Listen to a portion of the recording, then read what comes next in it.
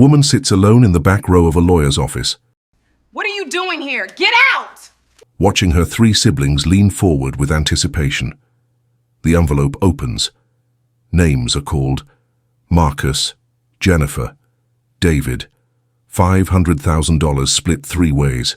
Her name never comes, not once. She doesn't cry, doesn't scream. She simply stands, walks to her car, and drives home in silence. 18 months later, those same three siblings are standing in her driveway, not as family, but as employees reporting for their first day of work. How does someone erased from a will end up owning everything her family fought to take? How does the forgotten daughter become the one holding all the cards? This is the true story of Sarah Mitchell, a woman who lost her inheritance in a single afternoon and took back an empire before anyone realized what was happening. But this isn't a story about revenge. It's about something far more powerful. It's about the difference between being given something and earning it. About watching people destroy themselves while you quietly build what they could never protect. Because sometimes the greatest inheritance isn't what's written in a will. Sometimes it's the strength to wait while everything falls apart around you, knowing that those who truly understand value will always rise when the dust settles. By the end of this story, you'll question everything you thought you knew about family, loyalty, and what it really means to deserve something. So ask yourself, if you were written out of a $500,000 inheritance by your own father, would you walk away quietly, or would you do what Sarah did? Stay with me, because what happens next will change how you see inheritance forever. Hello friends, welcome to our story. Before we dive deeper, please like this video and subscribe. Also, let us know in the comments where you're watching from. It's incredibly special, knowing our stories are resonating with people across the globe. Let me tell you about the Mitchell family. From the outside, they looked like the American dream. Robert Mitchell built his wealth from the ground up, starting with a single rental property in Ohio and growing it into a portfolio worth millions. Strip malls, apartment complexes, small office buildings scattered across 3 states. He was the kind of man who shook hands on deals and kept his word. His wife, Linda, managed the family image, charity events, church committees.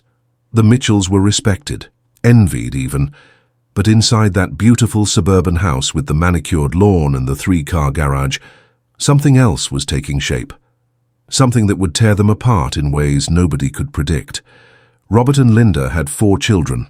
Marcus was the oldest, always chasing his father's approval, always trying to prove he had what it took to run the family business. Then came Jennifer, sharp-tongued and ambitious, married to a corporate lawyer who made sure everyone knew it. David was the middle son, charming but reckless, the kind of guy who made big promises and bigger mistakes. And then there was Sarah, the youngest, the quiet one, the daughter who never quite fit the mold her family expected. While her siblings networked at country clubs and drove luxury cars they couldn't quite afford, Sarah lived in a modest apartment across town. She worked as a forensic accountant, spent her weekends volunteering at a legal aid clinic, and drove a sedan she'd bought used. Her family didn't understand her. At holiday dinners, Marcus would joke about her minimalist lifestyle. Jennifer would ask, with that tone only siblings master, when Sarah was finally going to do something with her life. David just ignored her altogether. But Sarah had learned something her siblings never did. She had learned to watch, to listen, to see the cracks forming long before anyone else noticed they were there. When Robert was diagnosed with pancreatic cancer at 68, the family dynamic shifted overnight. Marcus started showing up with expensive scotch and development proposals. Jennifer began redecorating their father's bedroom, without asking permission. David pitched investment opportunities that always seemed to require immediate cash. They circled their father like shareholders waiting for quarterly earnings. But Sarah, she just showed up. No agenda, no pitch. She'd sit with her father in the hospital room and read him the newspaper, hold his hand when the morphine wasn't enough, listen to his stories about building his first property, about the mistakes he'd made, about the lessons he wished he'd learned earlier. In those final months, Robert saw his children clearly for the first time in years. He saw who came for love and who came for money. He saw who asked questions and who just waited for answers they wanted to hear. And he made a decision that would change everything. Sarah Mitchell learned about invisibility early. Not the kind that comes from being ignored, but the kind that comes from choosing silence over noise. While her siblings competed for their father's attention, she learned to observe. While they argued about who deserved what, she learned to listen. And in a family where everyone talked but nobody heard, that made her dangerous in ways none of them understood. When you're not the center of attention, people forget you're in the room. They say things they shouldn't. They make plans they wouldn't share if they remembered you were listening. Sarah heard everything. She heard Marcus on the phone with real estate developers, promising deals on properties he didn't own yet. She heard Jennifer calculating her inheritance down to the dollar, already planning renovations on a house she hadn't received. She heard David pitching schemes that would have made their father sick if he'd known. And she remembered all of it. Robert Mitchell built his empire the old way. He bought his first rental property at 23 with money borrowed from his father-in-law and a promise that he'd never ask for another cent. He kept that promise.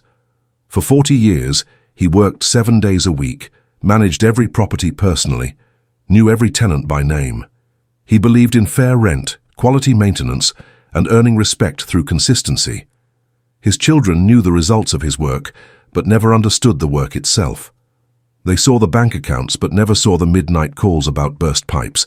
They inherited his confidence but not his humility. When Robert got his diagnosis, something shifted in him.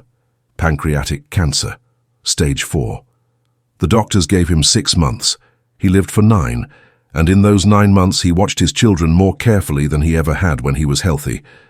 He saw Marcus calculating percentages during hospital visits. He heard Jennifer arguing with nurses about billing, as if the medical staff were service workers who'd failed to meet standards. He watched David disappear for weeks at a time, showing up only when he needed money. And he saw Sarah. Every Tuesday and Thursday evening without fail. No agenda, no requests. She'd arrive with his favorite newspaper, read him the sports section because his eyes tired easily, and sit with him through the pain medication fog. She never asked about the will, never positioned herself, never played the game her siblings couldn't stop playing. That's when Robert made his decision, but it wasn't the decision his children expected. Robert had spent 40 years building wealth, but he'd spent those same 40 years watching wealthy families destroy themselves over inheritance. He'd seen business partners turn on each other. He'd watched families torn apart by money they hadn't earned. And he'd learned something that his children, in all their confidence, had never considered. Money doesn't reveal character, it exposes it. So Robert created a test. He worked with his attorney, a man named Thomas Brennan, who'd handled the Mitchell family's legal affairs for 20 years. Together, they crafted 2 documents. The first was the will everyone would see, the one that would be read in the lawyer's office with all 4 children present, the one that would divide $500,000 in liquid assets equally among Marcus, Jennifer, and David. The one that wouldn't mention Sarah at all.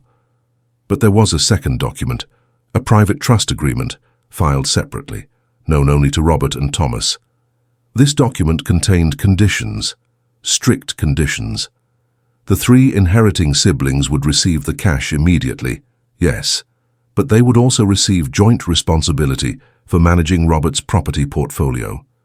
23 buildings across 3 states, apartment complexes, small office buildings, retail spaces, worth roughly $8 million in total. And they would have 18 months to prove they could handle it. The conditions were specific. They had to maintain occupancy rates above 80%. They had to keep all properties in good repair. They had to pay all taxes and fees on time. They had to work together, making joint decisions on any major expenditure or structural change. And if they failed any of these conditions, if the properties declined in value or fell into disrepair, or if they simply couldn't cooperate, everything would revert to a secondary trust. A trust with one sole beneficiary, Sarah Mitchell. Robert knew his children. He knew Marcus would want to sell immediately and cash out. He knew Jennifer would want the income without the work. He knew David would see the properties as collateral for his next big scheme, and he knew they would fight. That was the point. He wasn't just testing their ability to manage wealth. He was testing their ability to grow beyond their own greed. And he was giving Sarah something more valuable than money. He was giving her time. Time to watch them fail. Time to prepare. Time to build the foundation for what would come next, because Robert had one more gift for his youngest daughter, one she didn't know about yet. He'd spent the last year of his life teaching her everything his other children had refused to learn. Robert Mitchell died on a Tuesday morning in October. The funeral was everything you'd expect from a man who'd spent 40 years building relationships in 3 states. The church overflowed. Business partners, tenants, community leaders, people whose lives he'd touched in ways big and small. His children stood at the front, accepting condolences with the appropriate expressions of grief. Marcus wore his father's watch. Jennifer had already mentally catalogued which pieces of furniture she wanted from the house. David kept checking his phone. Sarah stood slightly apart from her siblings, accepting hugs from people who remembered how she'd cared for her father in those final months. She didn't perform grief. She simply carried it. 1 week later, Thomas Brennan scheduled the formal meeting to discuss Robert's estate. The appointment was set for 2 o'clock on a Monday afternoon. Everyone arrived early. Marcus showed up at 1:30, parked his BMW in the spot closest to the entrance, and spent 20 minutes on his phone discussing a deal that hinged on his upcoming inheritance. Jennifer arrived at 1:45 with her husband, both dressed like they were attending a board meeting. David pulled up at 1:50, casual in expensive clothes that suggested confidence he hadn't earned. Sarah arrived exactly at 2 o'clock, drove past the premium spaces her siblings had claimed, and parked in the back of the lot. She walked into the building carrying nothing but her purse and a quiet certainty that this afternoon would reveal more about her family than any holiday dinner ever had. Thomas Brennan's office felt designed to handle difficult conversations. Dark wood, leather chairs, windows that overlooked the city but somehow felt removed from it. He was 72 years old, had practiced estate law for 45 years, and had seen every flavor of family dysfunction that money could produce. He'd known Robert Mitchell for 2 decades, handled his business contracts, structured his property acquisitions, watched him build something meaningful from nothing. And in those final months, when Robert came to him with his plan, Thomas had asked only one question. "Are you sure?" Robert had been sure. The 4 Mitchell children sat in chairs arranged in a semicircle facing Thomas's desk. Marcus positioned himself in the center, the natural leader. Jennifer sat to his right, notepad in hand. David sprawled in his chair with the studied casualness of someone trying to look unconcerned. Sarah took the seat at the end, the one slightly separated from the others, the one that suggested she was present but not quite part of the core group. It was a position she'd occupied her entire life. Thomas cleared his throat, opened the folder that contained Robert Mitchell's last will and testament, and began to read. The legal language was dense, but the meaning was clear. Robert's liquid assets, including cash accounts, investment portfolios, and bonds, totaled approximately $500,000. These assets were to be divided equally among Marcus Mitchell, Jennifer Mitchell, and David Mitchell. Sarah's name was not mentioned, not in that section, not anywhere in the document Thomas was reading aloud. The silence in the room had texture. Marcus exhaled slowly, the sound of a man whose expectations had been confirmed. Jennifer's hand tightened on her pen. David smiled, just slightly, the expression of someone who'd been worried he might be cut out and was relieved to discover he wasn't. Sarah sat perfectly still. Her face revealed nothing. No surprise, no hurt, no anger. Just a quiet attention that suggested she was processing information rather than experiencing emotion. Thomas finished reading, closed the folder, looked at each of them in turn. Marcus spoke first, because Marcus always spoke first. He expressed appropriate sadness about their father's passing, then smoothly transitioned to logistics. When would the funds be available? What about the properties? Were there any outstanding debts they needed to address? Jennifer had questions about specific assets, the vacation home in Vermont, the vintage car collection, the antique furniture their mother had collected. David wanted to know about timeline, how long before they could access the money. Were there any restrictions on how it could be used? Through it all, Sarah said nothing. She sat in her chair at the end of the row and watched her siblings divide their father's life into percentages and timelines. Watched them discuss logistics, without once mentioning the man who'd built what they were so eager to claim. Thomas answered their questions with professional precision. Yes, the funds would be available within 60 days pending standard probate procedures. Yes, the properties would need to be managed according to certain specifications. No, there were no immediate debts of concern. And then Marcus did something that would define the moment. He reached over and patted Sarah's hand. The gesture was meant to be kind, brotherly, understanding, but it carried an unmistakable subtext of condescension. "I'm sure Dad had his reasons," he said. "You'll be fine. You've always been good at taking care of yourself." Sarah looked at her brother's hand on hers, looked at his face, at the expression that suggested he was being generous in his moment of victory. And she did something none of them expected. She smiled. Not a big smile, not a performance, just a small, quiet expression that suggested she knew something they didn't. Then she stood, thanked Thomas for his time, and walked out of the office. She didn't argue, didn't ask why, didn't challenge the will or demand explanations. She simply left. Her siblings barely noticed her departure. They were too busy discussing next steps. Marcus wanted to sell several properties immediately. The market was strong, and he had investment opportunities that would multiply the returns. Jennifer argued for keeping the rental properties for steady income. She'd already calculated the monthly revenue and identified which buildings were underperforming. David suggested leveraging the real estate for loans.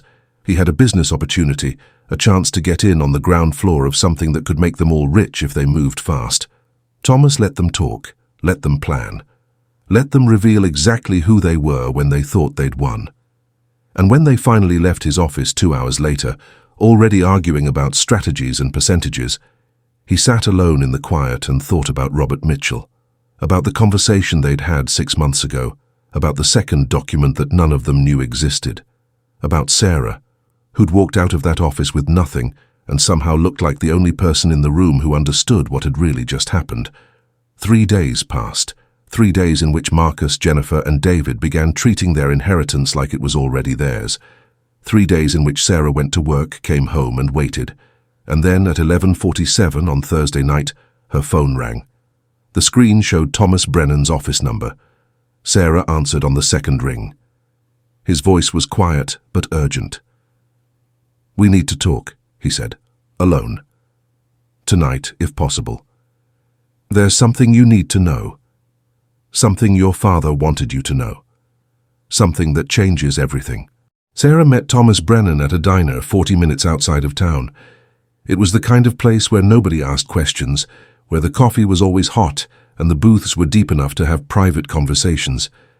He looked tired when he walked in.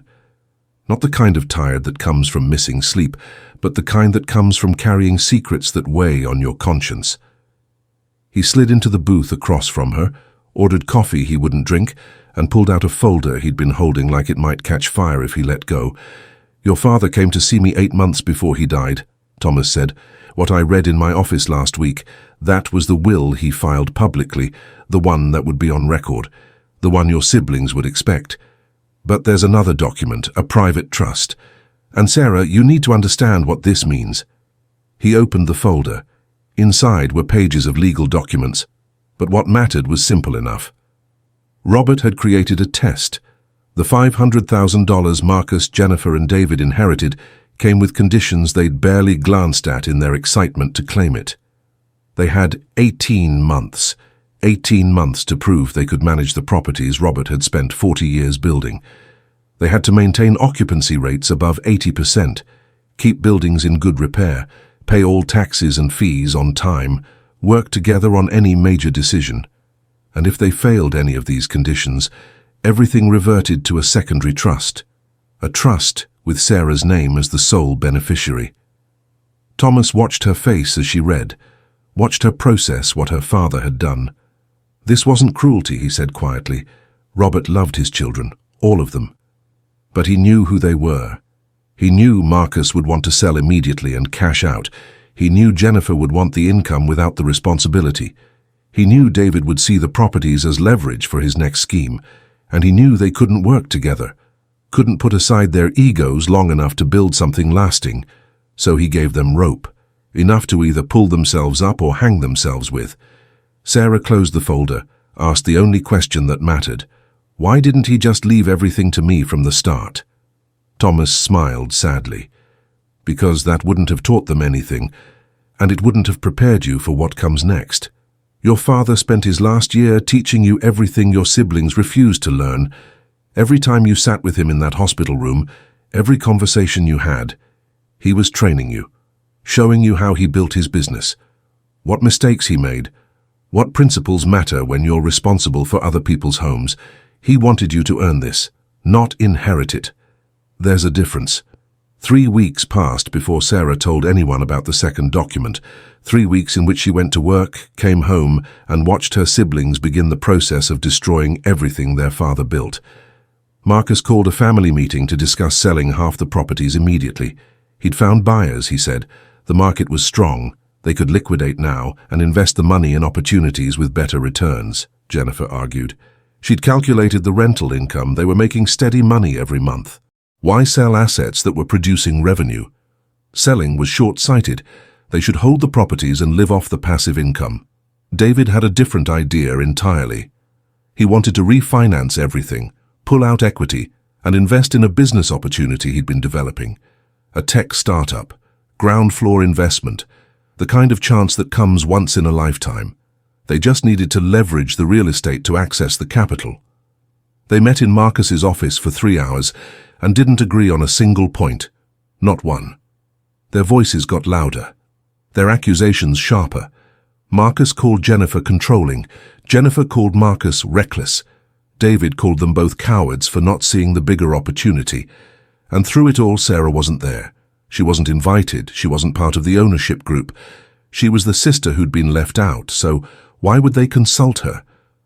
Within 2 months, the properties started showing signs of neglect. Tenants called about repairs that went unanswered. Marcus was too busy looking for buyers. Jennifer was too focused on collecting rent checks. David was traveling for his startup pitch meetings and barely responded to messages. The property management company Robert had used for 20 years quit after Jennifer questioned every invoice and Marcus refused to approve routine maintenance expenses. They hired a cheaper company that did half the work for 3/4 the price. Occupancy rates dropped. Good tenants left when their maintenance requests went ignored. Bad tenants stayed because nobody was paying attention to who was living in the buildings. Code violations piled up. Tax payments got delayed because no one could agree on who should handle the accounting. And all of this, every single failure, was documented. Because Sarah was watching. She'd quietly contacted several of the long-term tenants her father had trusted, asked them to let her know if things started falling apart. She reviewed public records for tax payments and code violations. She drove past the properties on weekends and photographed deferred maintenance, broken gutters, overgrown landscaping, windows that stayed boarded up for months. She wasn't interfering, wasn't helping. She was building a record of exactly what happened when people who didn't understand the weight of responsibility were given something valuable to protect. By month 6, Marcus and Jennifer weren't speaking except through lawyers. David had stopped responding to messages altogether, too consumed with his failing business venture to care about properties he saw as nothing more than collateral. The buildings that Robert Mitchell had maintained with pride were becoming eyesores.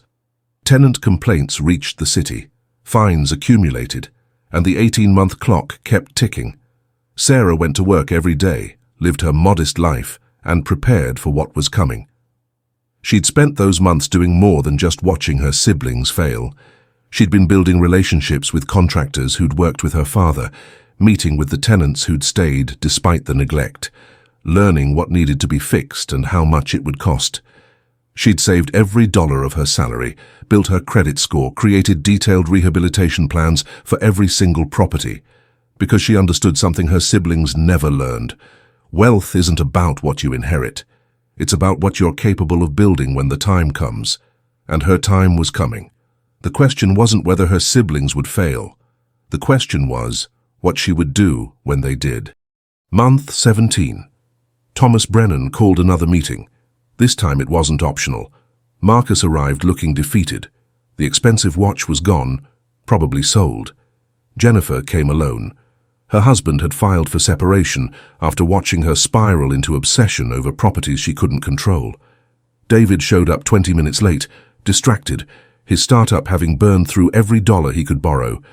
They sat in the same chairs they'd occupied 18 months earlier, but the confidence was gone, replaced by exhaustion and the slow realization that they'd failed at something that should have been simple. Thomas didn't waste time.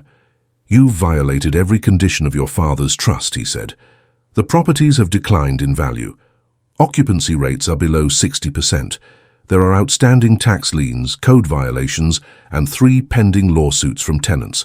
As of today, all assets revert to the secondary trust established by your father." The room went silent. Victoria spoke first, her voice shaking. "Secondary trust? What are you talking about?" That's when the door opened. Sarah walked in with her own attorney. She wasn't the quiet little sister anymore. She carried a folder thick with documentation. Every missed payment, every ignored repair request, every decision that prioritized their interests over the tenants who depended on safe housing. And she had something else, something that made Marcus lean forward in disbelief. She'd spent 18 months preparing. While they fought, she'd been building relationships with contractors, meeting with tenants, negotiating with lenders. She had rehabilitation plans for every single property, financing already arranged, a team ready to start work the day the properties transferred to her name. But here's the part that shocked them most. Sarah hadn't just inherited the buildings. She'd saved every dollar she'd earned for 5 years. She'd studied property management at night while working full-time. She'd learned from her father in those final months, absorbing lessons her siblings had refused to hear. And when the properties transferred to her name, she didn't sell them. She fixed them. Within 8 months, every building was restored, new roofs, updated units, professional management. She raised occupancy to 95%, not by raising rents but by being the kind of landlord her father had been. Fair, responsive, present. But there was one more twist. Sarah hired her siblings, not as owners, as employees. Marcus became a maintenance coordinator. Jennifer handled tenant relations. David managed the books. They earned modest salaries, learned what real work meant. And slowly, painfully, they began to understand what their father had been trying to teach them all along. Ask yourself this: if you had the power to destroy the people who hurt you, would you choose redemption instead? Would you give them a chance to become better? That's what Sarah did. And that's why this story matters. Today, Sarah owns a portfolio worth over $12 million. Her siblings still work for her. And something unexpected happened. They became better people. Marcus found purpose in honest work. Jennifer discovered empathy through daily interaction with tenants who needed help. David learned that sustainable success requires patience, not shortcuts. They'll never own what they thought was theirs. But they gained something more valuable. They gained dignity through earning rather than inheriting. Sarah visits her father's grave every Sunday. She tells him about the families they've housed, the communities they've strengthened, the lives that improved, because she chose a different path. Her siblings never apologized with words, but every morning they show up on time, do their work well, and treat tenants with respect. That's their apology. And every payday when Sarah asks how she can support them, that's her forgiveness. Because the greatest lesson Robert Mitchell taught wasn't in his will. It was in understanding that sometimes losing everything is the only way to discover who you really are. And sometimes the person everyone underestimated becomes the one who saves them all. Sarah proved that real wealth isn't inherited. It's built by those who understand responsibility. Think about the last time someone underestimated you. How did that feel? And what would you do if you had the chance Sarah had? So let me ask you something. If you were Sarah sitting in that lawyer's office, hearing your name skipped over while your siblings divided everything, what would you have done? Would you have fought back immediately, demanded answers? Or would you have done what she did? Would you have waited, watched, and prepared for the moment when patience becomes power? Drop your answer in the comments right now. I want to know what you would have done differently. And here's the deeper question that keeps me up at night. Was Robert Mitchell a genius Or was he cruel? Did he tear his family apart, or did he save them from themselves? Think about it. He could have just left everything to Sarah from the beginning, but then Marcus, Jennifer, and David would have spent the rest of their lives believing they'd been cheated. They would have fought it in court, destroyed relationships, never learned the lessons they desperately needed. Instead, Robert gave them exactly what they thought they wanted, and let them discover on their own that wanting something and deserving something are two completely different things. What do you think? Was his test fair? Tell me in the comments, because I genuinely want to hear your perspective on this. If this story hit you the way it hit me, do me a favor. Share it with someone who needs to hear that being overlooked doesn't mean being defeated, that quiet strength always outlasts loud ambition, and that sometimes the best inheritance isn't money, it's the wisdom to know what to do with it. Hit that subscribe button, because next week I'm bringing you a story that'll shake you even harder. A woman who disappeared for 20 years, presumed dead, only to return and find her daughter living her life, married to her husband, raising her children. And what she did when she walked through that door? Nobody saw it coming. Until then, remember this. Your value isn't determined by who remembers your name when they're dividing what they think they've earned. Your value is determined by what you build when everyone counts you out. That's Sarah's story. And maybe, just maybe, it's yours too.